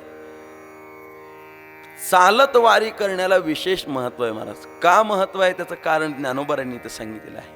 कित्तया प्रिय देवतालया यात्रादिके करावया, 8ही पहार पाया ओळीग घापे. वारी भगवान परमात्म्याची, आपण ज्याच्यावरती श्रद्धा ठेवतो, ज्या भगवान परमात्म्याचं आपण ध्यान करतो, नुसतंच आता लोक सांगतात महाराज अनेक संतांचे प्रमाण आहेत ना, हो संतच बोलतात ना, तुकोबारायांचेच प्रमाण आहेत, ठाई बैसोनी करा एकचित्त, आवडी आनंद आळवावा, किंवा भगवान परमात्मा स्वतः घरला येतो बैसली आटाया, आसने व्यापी देवराया, निर्मळ काया अधिष्ठान दयाचे. परंतु त्याचा असा आहे, तुम्ही म्हणताय ना भगवान परमात्मा येतो, निर्मळ मन झालं हे अधिष्ठान पाहून भगवान परमात्मा येतो, पण चित्त शुद्ध होणं तेवढं सोपं नाही महाराज. जेवढं बोलणं सोपं आहे ना, तेवढं चित्त शुद्ध होणं सोपं नाही. वा, आपण बोलतो सहज सहज, बोलणं फार सोपं आहे, पण करणं, त्याचा अंगीकार करणं, आचरणात आणणं फार अवघड आहे. आणि चित्त कधी शुद्ध होतं, तर चित्त शुद्ध होण्याकरता सर्वात सोपा पर्याय सांगितला, आपल्या वाटेला आलेलं कर्म शुद्ध भावनेनं कर्म करणे, हे यामुळेच खऱ्या अर्थानं आपल्या चित्ताची शुद्धी होणार. अन्यथा आपल्या अंगामध्ये स्थिती न बाणता, तशी अवस्था न येता कर्माचा त्याग करणे, अशा लोकांना तुकोबाराने लंड म्हणलेलं आहे, चुकीचं बोललेलं आहे. त्या लोकांना तुकोबाराय बोलतात, न बाणता स्थिती अंगी कर्म त्यागी लंडतो. तुकोबाराय सांगतात तो योग्य नाही, त्याचं ते वागणं अत्यंत चुकीचं आहे. की कर्म त्यागणं हे सर्वांच्या सर्वांची गोष्ट नाही, ती सर्वांना शक्य नाही. मग कुणाला शक्य आहे ते महात्म्यांकरता. काही प्रमाण आपण अर्ध अंगी अर्थ करतो, अर्धेच प्रमाण पाहतो तसा अर्थ करतो. आमचे श्री गुरु गाथामूर्ती राऊत बाबा सांगत असतात, एक शिकलेला मुलगा गावामध्ये आला आणि त्याचे वडील हरिपाठाला गेले होते. हरिपाठातलं एक चरण ऐकलं त्या शिकलेल्या मुलाने. कोणतं चरण? हरि उच्चारणी अनंत पापराशी. काय चरण ऐकलं बाबा? हरि उच्चारणी अनंत पापराशी. आणि पुढे ज्ञानोबाराय बोलतात की जातील लयासी क्षण मात्रे. ज्ञानोबाने सांगितलं होतं, त्याचे वडील हरिपाठ झाल्यानंतर घरी आले, तो रागवला, बाबा कशाला हरिपाठाला जाता? ज्ञानोबारांनी काय सांगितलं हरिपाठामध्ये माहिती आहे का तुम्हाला? म्हणून काय सांगितलंय? ज्ञानोबाराय हरिपाठामध्ये सांगतात की हरीचं उच्चारण केलं की अनंत पापाच्या राशी होतात. अरे बापरे, हरी उच्चारणी अनंत पाप राशी. हरीचं उच्चारण केले की पापाच्या अनंत राशी तयार होतात.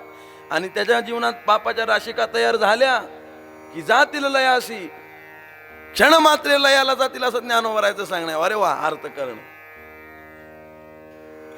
हा अर्थ बरोबर आहे का हो? आपण काही प्रमाणांचे अर्थ पूर्ण न वाचता, पूर्ण अर्थ न घेता अर्थ करत असतो, पण ते चुकीचं आहे की नाही? मग असे बरेच लोक असतात जे प्रमाण काही आपल्या सोयीप्रमाणे प्रमाण लावून घेतात. संतांच्या प्रमाणामध्ये सुद्धा सोय बघतात लोक आपली. मग वारी करायचं नसलं की म्हणतात महाराजांनी सांगितलंय की ठाईच बैसोनी करा एक चित्त. परंतु असं नाही. आमच्या संतांचेच प्रमाण आहेत ना. संत महात्मे सांगतात प्रत्येकाला कर्म करणं अनिवार्य आहे, कर्म केलंच पाहिजे. तशी अवस्था आपल्याला येणार नाही. म्हणून आपलं जे कर्म शुद्ध भावनेनं केलं तीच खऱ्या अर्थानं भगवान परमात्म्याची सेवा होते. ज्ञानोबारांनी काय गोड बोललेलं आहे. ज्ञानोबाराय बोलतात, तया सर्वात्मका ईश्वरा स्वकर्म कुसुमांची वीरा, पूजा केलिया होय अपारा, तोषा लागी. ज्ञानोबाराय बोलतात आपलं जे काही स्वकर्म आहे ते स्वकर्म भगवान परमात्म्याची सेवा म्हणून जर करत असू तर ती खऱ्या अर्थानं भगवान परमात्म्याची सेवा ठरेल. श्रद्धेय प्रातस्मरणीय राजेंद्रदासजी महाराजांकडून मी एक वाक्य ऐकलं होतं की खऱ्या अर्थानं आपण जी सेवा देवाची समजतो ती देवाची सेवा ठरतच असेल. कशावरून? आपल्या हातामध्ये आहे का? आपण जे करतोय ते पुण्य होत असेल, पाप होत असेल, योग्य अयोग्य असेल? नाही महाराज. आपण देवाची सेवा करतोय, देवाची पूजा करतोय, पण ती होतच असेल कशावरून? त्यावेळी महाराजांनी बाबांनी सांगितलं होतं, राजेंद्रदासजींनी सांगितलं होतं की मी आपल्या मराठी भाषेत सोपं करून सांगतो. ते एखादा व्यक्ती दररोज भगवान परमात्म्याची पूजा करतो, दररोज सकाळी 7 वाजता भगवान परमात्म्याची पूजा करतो, आणि एक दिवशी त्याला तालुक्याच्या गावावरती जाण्याचा प्रसंग आला. त्याला काहीतरी कामानिमित्त जायचंय. सकाळी 7ला पूजा करायची आणि 7:30 वाजता त्याला बस आहे आता जायला, दुसरं काही वाहन नाही.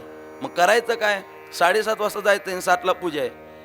मग तो देवाची पूजा करतोय, पण पूजा करत असताना बसची वेळ झाली, गाडीची वेळ झाली, मला गावाला जायचंय, मला येवल्याला जायचंय म्हणत जर देवाची पूजा करत असेल तर ती देवाची पूजा नाही ठरणार महाराज. पूजा करतोय पण अंतःकरणातला भाव काय आहे? वेगळा भाव आहे अंतःकरणातला. महाराज सांगतात पण एखादा वारकरी आहे दररोज 4 वाजता काकडा सुरू करतो. 4 वाजता त्याचा काकडा करण्याचा नियम आहे. आणि मग एकदा कीर्तन झालं गावामध्ये, कीर्तनामध्ये वेळ झाला, कीर्तन महाराजांनी जरा उशिरा सोडलं, कीर्तनाला वेळ झाला जरा, असं कीर्तन रंगलं आणि रंगल्यावर महाराजांना काही वेळ कळाला नाही, वेळ झाला. आणि मग कीर्तनाला वेळ झाला, मग थोडा जागर केला, झोपायला वेळ झाला त्यांना. मग वेळ झाला 2 वाजता झोपला आणि त्या दिवशी काही त्याला वेळेवरती जाग आली नाही. उठायला 3:30 पावणे 4 झाले. मग आता आंघोळ कधी, शौचाला कधी जायचं, आंघोळ कधी करायची, गंध कधी लावायचा आणि काकड्याला कधी जायचं, वेळ होणार. मग 3:45ला उठलेला तो वारकरी शौचाला जातोय. जुन्या काळातले दिवस. हातामध्ये तांब्या घेतला आणि शौचाला जातोय. आणि शौचाला जात असताना म्हणतोय मला काकड्याला उशीर होतोय. आज श्रद्धेय स्वामी राजेंद्रदासजींकडून ऐकलेलं आहे. स्वामीजी म्हणतात की तो व्यक्ती मला काकड्याला उशीर होतोय, मला देवाच्या भजनाला उशीर होतोय म्हणून जर शौचविधी करत असेल तर ती शौचविधी सुद्धा देवाची सेवा ठरते, मला देवाची पूजा ठरते. काय आहे यामध्ये महत्वाचं? काय? अंतःकरणातला भाव महत्वाचा आहे. म्हणून आपण वारकरी संप्रदायामध्ये या ज्या गोष्टी करण्याकरता सांगितल्या, आजही लोक म्हणतात काय महाराज एवढ्या चालण्यामध्ये वेळ घालवायचा आहे, 20-20 दिवस कुठं वारीमध्ये वेळ घालवायचा का? आता कुठं जग कुठं गेलंय? जग गेलंय चंद्रावर आणि तुम्ही बसलात उंदरावर. असं काही बरोबर आहे का बरं? 1 तासामध्ये, 2 तासामध्ये, 3 तासामध्ये अशा काही वाहनं आहेत की फास्ट वेगामध्ये आपण पंढरपूरला जाऊ शकतो. पण आमच्या शास्त्रांनी आमच्या संत महात्म्याने नाही सांगितलं ते की तया प्रिय देवतालया यात्रादिके करावया आठही पहार पाया ओळीग घापे. भगवान परमात्म्याची सेवा अशा प्रकारे केली पाहिजे. ज्ञानोबराय बोलतात देवपूजनम द्विजपूजनम, द्विजांचीही सेवा केली पाहिजे. ज्ञानोबा की आणि विधी विनयादिकी गुणी वडील जे लोकी तया ब्राह्मणांची निकी पायकी कीजे. ज्ञानोबराय बोलतात ब्राह्मणांची सेवा केली पाहिजे. त्याचं कारण आहे, जुन्या काळामध्ये ऋषी मुनींपासून आलेलं जे तत्वज्ञान होतं त्या काळामध्ये लिहिण्याची सोय नव्हती, ग्रंथ नव्हते, लिहिण्याची काही सोय नव्हती. त्यावेळी हे जे वेदाचं जे ज्ञान आलेलं आहे ना, ते एकाने सांगायचं आणि दुसऱ्याने श्रवण करायचं, आणि श्रवण केलेलं जशास तसं पाठ करायचं, आणि ते पाठ केलेलं जशास तसं आपल्या पुढच्या शिष्याला सांगायचं की जशास तसं या ब्राह्मणांनी महाराज वेदाचं ज्ञान, शास्त्राचं ज्ञान आजपर्यंत इथपर्यंत आणून दिलेलं आहे. म्हणून त्यांनी जर ते वेदाचं, शास्त्राचं वाङ्मय जर आपल्या बुद्धीमध्ये आपल्या साठवलं नसतं आणि ते जर आपल्यापर्यंत आलं नसतं तर आपल्याला हे ग्रंथ कळाले असते का? आणि खरं सांगू का, ब्राह्मणांचा आचार आजही फार वाखाणण्याजोगा आहे महाराज. आजही ब्राह्मणांच्या घरी भातामध्ये मीठ टाकत नाही, आळणी पदार्थ खातात, आणि आपल्याला ताटाला मीठ लावल्याशिवाय आपलं जेवणच होत नाही महाराज. जराही कमी आपल्याला चालत नाही आजही. म्हणून तर ब्राह्मणांच्या जेवणातला तुम्ही विचार केला तर आमचे माऊली म्हणत असतात घृतकुल्या, मधुकुल्या, घणो, चोको साधन असतायत महाराज, ते तुपाशिवाय तर काही खातच नाहीत. म्हणून जेवणावरही बऱ्याच गोष्टी अवलंबून असतात, आणि आपल्या आहारावरती आपली बुद्धी सात्विक ठरत असते ना. आणि म्हणून त्या लोकांनी जुन्या काळामध्ये तशाही परिस्थितीमध्ये आपल्या देहावरती, आपल्या शरीरावरती कंट्रोल ठेवलं, नियंत्रण ठेवून हे सर्व वेदाचं ज्ञान आजपर्यंत आपल्यापर्यंत इथपर्यंत आणून दिलं. म्हणून आपल्यावरती त्यांचे फार मोठे उपकार आहेत. ज्ञानोबाराय बोलतात विधी विनयादिकी. विधी काय आहे? या सर्व गोष्टी, पूजा पाठ, देवांची पूजा, हे सर्व कोण करतात? हे लोक करतात ना. म्हणून ज्ञानोबाराय सांगतात तया ब्राह्मणांची निकी पायकी कीजे. आता तुकोबारायांचं एक प्रमाण आहे. तुकोबाराय सांगतात ब्राह्मण कसाही असो, जरी तो ब्राह्मण झाला कर्मभ्रष्ट, पण तुका म्हणे श्रेष्ठ तिन्ही लोकी. आता या प्रमाणाचा अर्थ लावावा तसा लावू नये, सहज अर्थ दिसतो तसा अर्थ नाही. ब्राह्मण, ब्राह्मण कोणाला म्हणावं? खऱ्या अर्थानं ब्रह्म जानाति ब्राह्मण. ज्याने खऱ्या अर्थाने ब्रह्म जाणलं तो ब्राह्मण आहे. मग तो वर्ण कुण्याही वर्णात का जन्माला आलेला असे ना, आमचे चोखोबाराय शूद्र यातीत आहेत, पण ते खऱ्या अर्थानं श्रेष्ठ ब्राह्मण आहेत मला. वा, ब्राह्मण यातीमध्ये जन्माला येऊन सुद्धा, ब्राह्मण वर्णामध्ये जन्माला येऊन तो जर त्याचं कार्य करत नसेल तर त्याला ब्राह्मण म्हणून घेण्याचा अधिकार नाही. परंतु आमचे जे काही वारकरी संप्रदायामध्ये शूद्र वर्णामध्ये जन्माला आलेले संत, परंतु अधिकार एवढा श्रेष्ठ आहे की त्यांना खऱ्या अर्थानं ब्राह्मण म्हणून घेण्याचा अधिकार आहे. तो कोबाराय बोलतात ब्राह्मण म्हणजे जो आपल्या देहावरती उदास झालेला आहे आणि देहामध्ये ज्यांनी मुक्ती प्राप्त करून घेतली, कैवल्य मुक्ती, ज्याला विदेह मुक्ती म्हणतात ना, ज्याने विदेह मुक्ती प्राप्त करून घेतली, मग तो काहीही करत असो. याकरता 18व्या अध्यायातला श्लोक आहे महाराज, यस्य नाहंकृतो भावो बुद्धिर्यस्य न लिप्यते हत्वापि सैमान लोका न हंती न निबध्यते. मग तयाही तया करणे या आतू गडे कातीही लोका घातू परी तेने केला हे मातू बोलो नये. ज्ञानोबाराय सांगतात त्या महात्म्याकडून कोणतीही क्रिया घडत असेल पण त्याने केलं हे म्हणू नये. ज्ञानोबारांनी बरेचसे दृष्टांत दिलेले आहेत, त्यामध्ये मी वेळ घेत नाही. पण ज्ञानोबारायांचं असं सांगणं आहे की यस्य नाहंकृतो, ज्याची बुद्धीच त्या पदार्थावरती लिप्त नाही, तो विरक्त आहे, विदेह मुक्ती ज्याने प्राप्त करून घेतली, त्या महात्म्यावरती आपण शरीराचे जे काही गुणधर्म आहेत ते आरोप करू शकत नाही. परी तेने केला आहे मातू बोलू नये. ज्ञानोबाराय सांगतात त्याने असा विदेहमुक्त महात्मा, त्याने हातामध्ये खडग घेतलं, शस्त्र घेतलं, आणि शस्त्र घेऊन जर जगाचा घात करण्याकरता निघाला तरी ज्ञानोबाराय सांगतात परी तेने केला हे मातू बोलू नये. परी त्यानं हे कृत्य केलं हे बोलू नये. ज्ञानोबराय सांगतात, वारा जाऊनी वाजोनी ओसरे. झाडाच्या पानावरती वारा फिरतो आणि वारा निघून जातो, पण वारा निघून गेल्यानंतर झाडाची पानं हलत असतात ना. झाडाची पानं हलत असतात. वारा तर निघून गेलेला आहे, पण झाडाचे पानं का हलतात?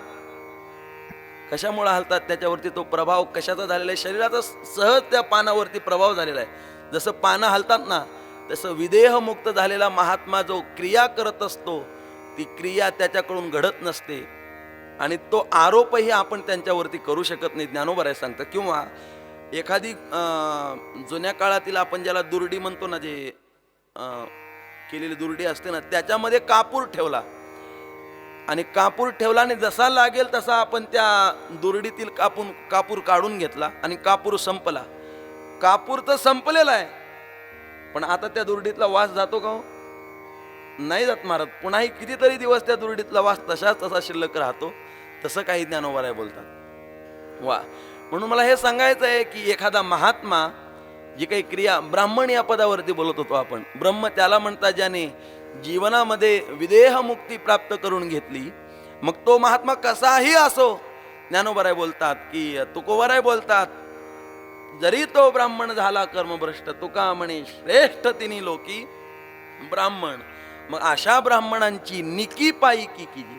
हा सुद्धा संप्रदायामध्ये असे काही महात्मे आहेत महाराज, ज्यांना ब्राह्मणच म्हटलं पाहिजे, श्रेष्ठ ब्राह्मण म्हटलं पाहिजे. आज आमचे कुरेकर बाबा, आमच्या संस्थेमध्ये आमचे श्री गुरु माणिक शास्त्री मुखेकर बाबा असतील, आमचे मोठे माऊली असतील, आमचे हे सर्वच श्री गुरु असतील, आमचे सुभाष गुरु महाराज असतील, अनेक असे महात्मे आहेत जे श्रेष्ठ आहेत महाराज, पूजनीय आहेत, वंदनीय आहेत. आणि मग अशाही महात्म्यांची आपण पायकी केली पाहिजे. मग ते असो अथवा नसो, असताना तर सेवा करायचीच, पण ते गेल्यानंतर सुद्धा त्यांची या प्रकारे सेवा करायची. ज्ञानोबराय सांगतात, तया ब्राह्मणांची निकी पायकी की जे देवपूजनम द्विजपूजनम झालं. आता तिसरं आहे गुरुपूजनम. ज्ञानोबराय काय गोड बोलतात महाराज, का गुरूंचं पूजन करावं, का श्री गुरूंचं पूजन करावं?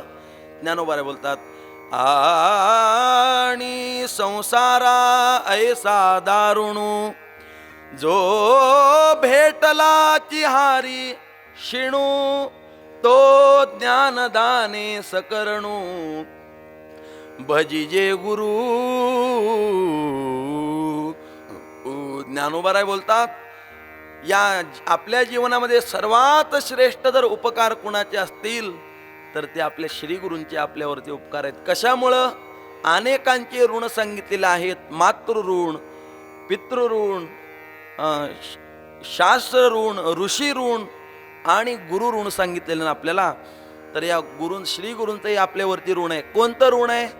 ज्ञानोबराय सांगतात, आपल्यावरती गुरु हे श्री गुरूंचं ऋण आहे की आपण अनेक जन्मांपासून या देह मालिकेमध्ये लागलो होतो. पुनरपि जननम पुनरपि मरणम या मालिकेमध्ये पडलेले होतो. पण महात्म्यांनी, आमच्या श्री गुरूंनी असा भयानक असलेला संसार आणि या संसारातून आमची सुटका केली. संसारा ऐसा दारुणू, जो भेटला ती हरी शिणू, आणि तो ज्ञानदानी सकरणू, भजिजी गुरु.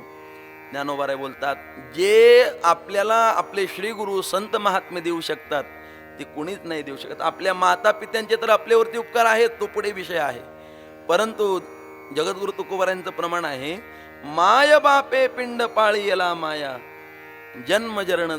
जन्म मरण जाया संत संग. संतांचे, आपल्या श्रीगुरूंचे आपल्या जीवनावरती फार मोठे उपकार आहेत. म्हणून ज्ञानोबराय सांगतात की श्री गुरूंची सुद्धा आपल्याकडून सेवा पूजा घडली पाहिजे. 3 आणि 4था नंबर लागतो प्राज्ञपूजनम. प्राज्ञनाम, आपले आई वडील, आपल्या आई वडिलांची सुद्धा आपण सेवा केली पाहिजे. ती कशी केली पाहिजे? ज्ञानोबराय बोलतात, सकळ तीर्थाची ये धुरे, जी का माता पितरे, तया सेवेसी कीर शरीरे लोण कीजे. आपण आपल्या आई वडिलांची सर्व भावाने जेवढी होईल तेवढी सेवा केली पाहिजे महाराज. वा, आपलं सनातन धर्म आहे. या सनातन धर्मातील शास्त्र सांगतात, मातृदेवो भव पितृदेवो भव. आणि या दोघांची सुद्धा सेवा घडली पाहिजे. आपण ज्यांची वारी करतो, ज्या देवाला आपण नितांत मानतो, त्या देवाचा जरा विचार करा ना तुम्ही. तो पंढरपूरला कुणा करता आला? कुणा करता आला सांगा? पुंडलिक राया करता आला ना. धन्य पुंडलिका बहुबरे केले, निधान आणिले पंढरीये. जगावरती आपल्या सर्वांवरती मोठे उपकार जर कुणाचे असतील तर ते पुंडलिक रायांचे आहेत महाराज. वा. आणि त्या पुंडलिक रायाने तुका म्हणे त्यांनी केली वैकुंठ मेदिनी. प्रत्यक्ष पुंडलिक रायांनी भगवान परमात्म्याला अवतरित केलं. ते कशामुळे केलं सांगा बरं. आमची तुकोबाराय बोलतात, धर्म सनातन पुंडलिक.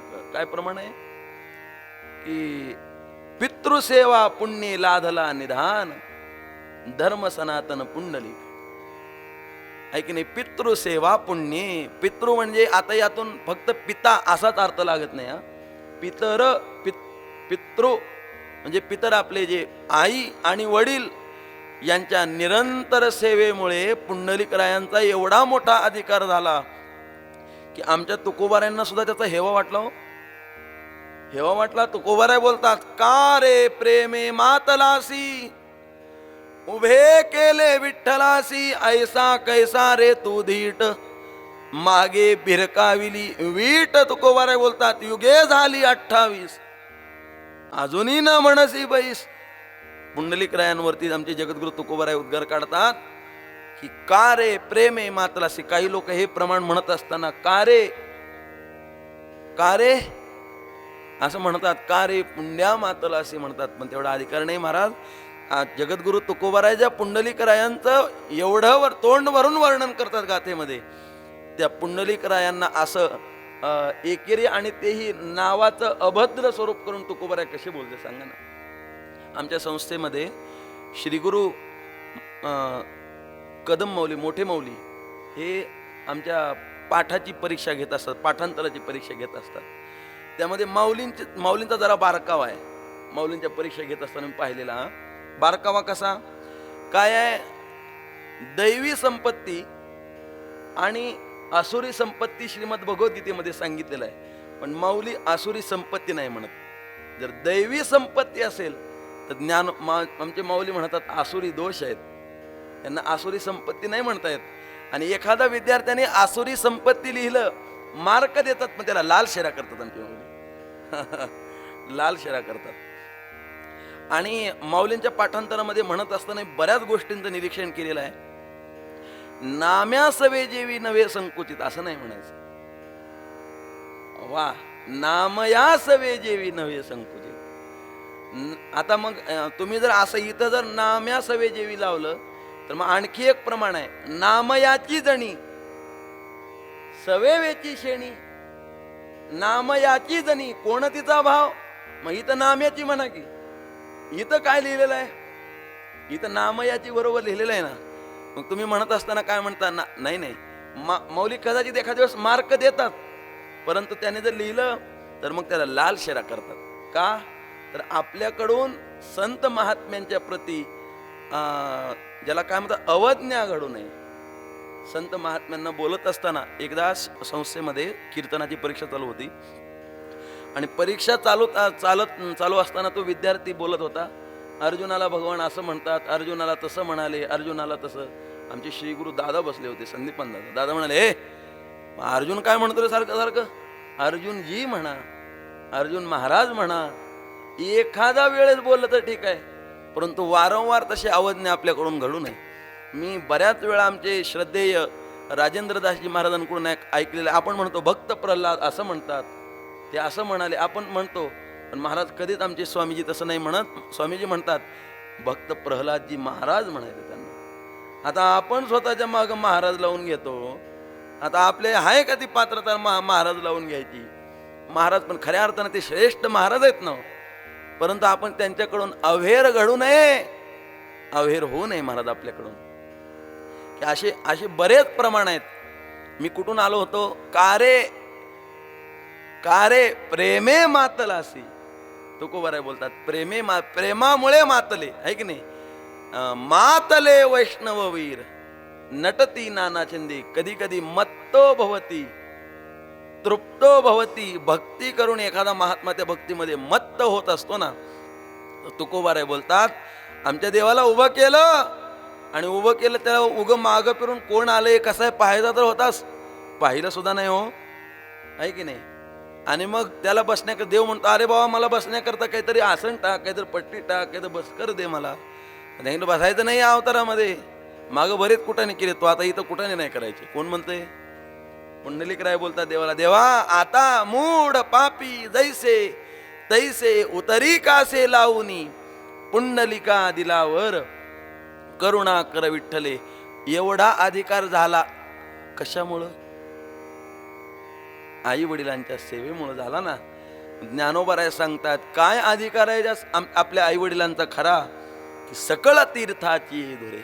आपल्या आई वडील म्हणजे साधे नाहीत, तर सर्व तीर्थांचं धुरा, म्हणजे शेतामध्ये धुरा हा अत्यंत महत्वाचा असतो. धुरा शेतामध्ये, इकडे धुराच म्हणतात का? धुराच म्हणतात ना शेतामध्ये.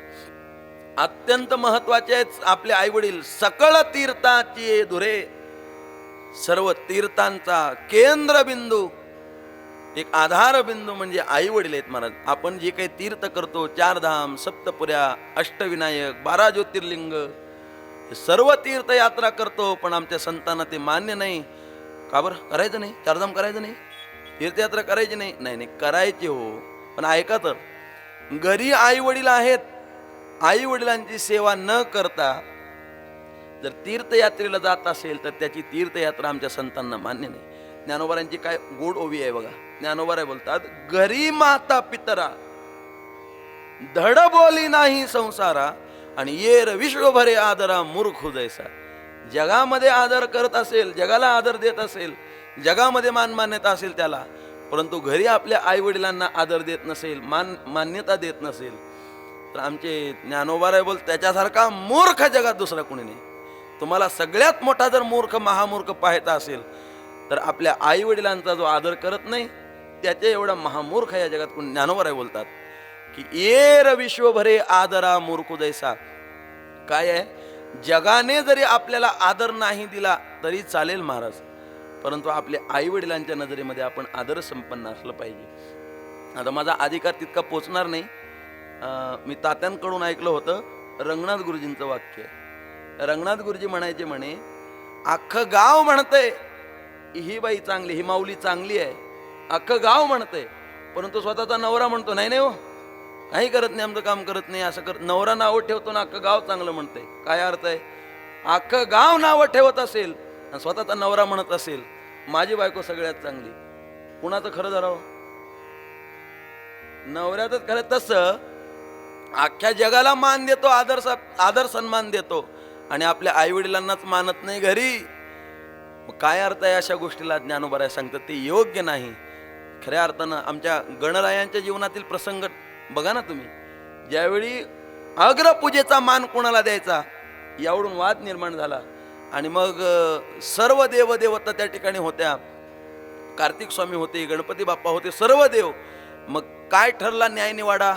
सांगितलं की बाबा जे कोणी पृथ्वीला 3 प्रदक्षिणा मारून अगोदर येईल जो, त्याला अग्रपूजेचा मान मिळेल. आता कुणाचं वाहन काही, कुणाचं वाहन काही, इंद्राकडं पुष्पक विमान, कार्तिक स्वामीकडं मोराचं वाहन, असे सर्व वाहन आहेत. पण आमच्या गणपती बाप्पाचं वाहन, आता हे उंदराला किती पळणं होणार आहे सांगा, त्यातले त्यात गणपती बाप्पा. आणि मग गणपती बाप्पा पण, आपण गणपती बाप्पा हे बुद्धीची देवता आहेत, आहे की नाही? गजाननम भूतगणाधिसेवितम कपित्त जंबू फलचारु भक्षणम उमासुतम शोक विनाश कारकम नमामि विघ्नेश्वर पाद पंकजम. बुद्धीची देवता गणराया. आणि मग त्यांनी आपल्या बुद्धीचा वापर केला, उंदराला बाजूला ठेवलं, आणि आपल्या पार्वती आणि शंकराला नमन केलं, आणि आपल्या आई वडिलांना 3 प्रदक्षिणा केल्या. ज्यावेळी प्रदक्षिणा करून समोर उभे राहिले, आणि मग इतर मग नंतर कोणी कितीतरी वेळानंतर येतात, परंतु सर्वांनी मिळून आमच्या गणरायांना अग्रपूजेचा मान देऊन टाकला.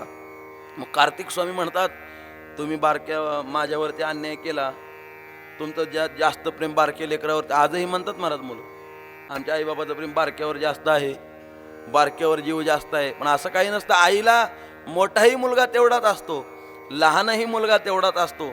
आणि मग ज्यावेळी ठरलं त्यावेळी सर्व देवांनी सांगितलं की आपल्या आईवडिलांना प्रदक्षिणा केली, आईवडिलांचं दर्शन घेतलं तर पृथ्वीची प्रदक्षिणा केल्याचं पुण्य भेटतं.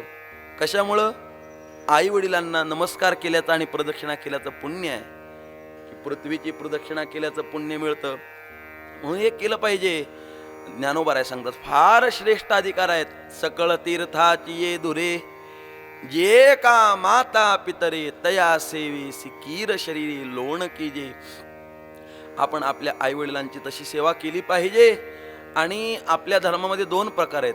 जोपर्यंत आईवडील आहेत तोपर्यंत त्यांच्या शरीराची सेवा करायची, आणि ते गेल्यानंतर मग त्यांना तर्पण द्यायचं आहे की नाही. पितृतर्पण करणे ही आपली पद्धत आहे. आणि गेल्या 4 वर्षापासून या पाठक परिवारांच्या वतीने आदरणीय आमचे सागर गुरु असतील, अमृत गुरु असतील, त्यांचा सर्व परिवार, त्यांचे सर्व सहकारी, सर्व मंडळी मिळून या ठिकाणी सेवा करतात. हे आपल्याला शास्त्राने घालून दिलेली नियमावली आहे. आपलं ते कर्तव्य आहे, आपली ती कृतज्ञता आहे की आपण त्यांची सेवा तशी केली पाहिजे. ज्ञानोबा बोलतात सकळ तीर्थाची धुरे, जे का माता पितरे तया सेवे सिकीर शरीरे लोण कीजे. आपण यथामती यथावकाश या ठिकाणी वैकुंठवासी प्रातस्मरणीय वेदशास्त्र संपन्न सुभाष गुरुजी महाराजांच्या चतुर्थ पुण्यस्मरणाच्या निमित्ताने ही झालेली प्रवचनाची सेवा त्यांच्या चरणी, भगवान श्री पंढरीरायाच्या चरणी, ज्ञानोबराय तुकोबारायांची चरणी सेवा समर्पित करूया. जे काही बोललो असेल, योग्य असेल ते ज्ञानोबराय तुकोबारायांचं आहे, श्री गुरूंचं आहे. आणि जे काही अयोग्य असेल ते माझ्या बुद्धीचा दोष आहे, म्हणून ते माझं मला परत करा. करविली तैसी केली कटकट, वाकडे का नीट देव जाणे. पायाच्या प्रसादे काही बोलिलो विनोदे, मदक्षमा करणे संती नव्हे अंगभूत युक्ती. नोहे हा उपदेश तुमचे बडबडिलो शेष, तुमच्या कृपेचे पोषणे जन्मोजन्मी तुका म्हणे. झालेली सेवा ज्ञानोबराय तुकोबारायांच्या चरणी, सद्गुरू जोग महाराजांच्या चरणी, भगवान श्री विष्णू परमात्म्याच्या चरणी सेवेला पूर्णविराम. इथं उपस्थित असणारे अधिकार संपन्न आदरणीय ब्रह्मनिष्ठ संजयजी महाराज जगताप बाबा या ठिकाणी सेवेला खरं तर त्यांच्यासमोर काही 4 शब्द बोलावे एवढा आपला अधिकार नाही, परंतु बाबांचं हे अंतःकरणाचं विशालपण, मोठेपण आहे की ते आम्हासारख्या सर्वसामान्य साधकाच्याही प्रवचनाला, कीर्तनाला उपस्थित राहतात. तेवढ्याच श्रद्धेनं ते श्रवणही करतात. बाबांच्याही चरणी विनम्र भावानं अभिवादन करतो. इथं उपस्थित असलेले आदरणीय आमचे जिवलग मित्र गणेशजी महाराज आहेत, आदरणीय जिवलग मित्र आमचे राहुलजी महाराज आहेत. या सर्वांच्या प्रेमामुळे इथं पुन्हा पुन्हा पुन्हा पुन्हा यावं लागते. अन्यथा एवढ्या लांबून येणं आणि थोडं अवघड जातं, परंतु तरीसुद्धा यांच्या प्रेमापुढं सर्व काही फिकं आहे महाराज. जसं तुकोबाराय बोलतात, जेवणामध्ये मीठ नसेल तर जेवण फिकं आहे, तर आपल्या मानवी जीवनामध्ये प्रेम नसेल तर सर्व काही फिकं आहे. म्हणून यांचं प्रेम एवढं आहे की यांच्या प्रेमामुळे आम्हाला पुन्हा पुन्हा पुन्हा पुन्हा हे बोलवतात. असंच यांच्यावरती आमचंही प्रेम राहावं आणि त्यांचंही आमच्यावरती प्रेम असं टिकून राहावं अशी भगवान परमात्म्याच्या चरणी विनम्र भावानं प्रार्थना करतो. आणि मी माझ्या सेवेला पूर्ण विराम देतो. पुंडलिक वरदा हरी विठ्ठल श्री ज्ञानदेव. पंढरीनाथ भगवान की जय. माऊली ज्ञानेश्वर महाराज की जय. जगद्गुरु तुकाराम महाराज की जय. सद्गुरु जोग महाराज की जय.